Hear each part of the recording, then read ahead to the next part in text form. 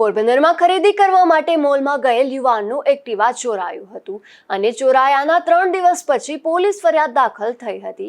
ત્યારે ફરિયાદ દાખલ થયા બાદ તાત્કાલિક પોલીસે ચોરને પકડી પાડ્યો છે।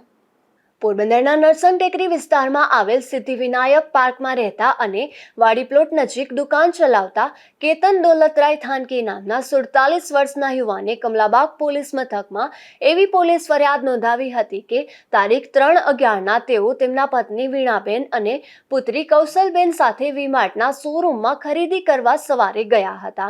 ત્યારે ખરીદી કરી લીધા બાદ બહાર આવીને જોયું તો તેમનું એક્ટિવા સ્કૂટર દેખાયું ન હતું અને આજુબાજુમાં તપાસ કરવા છતાં તેનો પતો મળ્યો ન હતો, જેમાં તેણે આ અંગે પોલીસ ફરિયાદ નોંધાવી હતી। જેમાં પોલીસે તપાસ હાથ ધરતા મૂળ રાણા વાવના ગોપાલપરામાં અને હાલ પોરબંદર ચોપાટી ફૂટપાથ પર રહેતા આકાશ ઉર્ફે ચોટિયારો મુકેશભાઈ સોલંકી નામનો શખ્સ ચોરી થયેલ સ્કૂટર સાથે ઝડપાઈ ગયો હતો।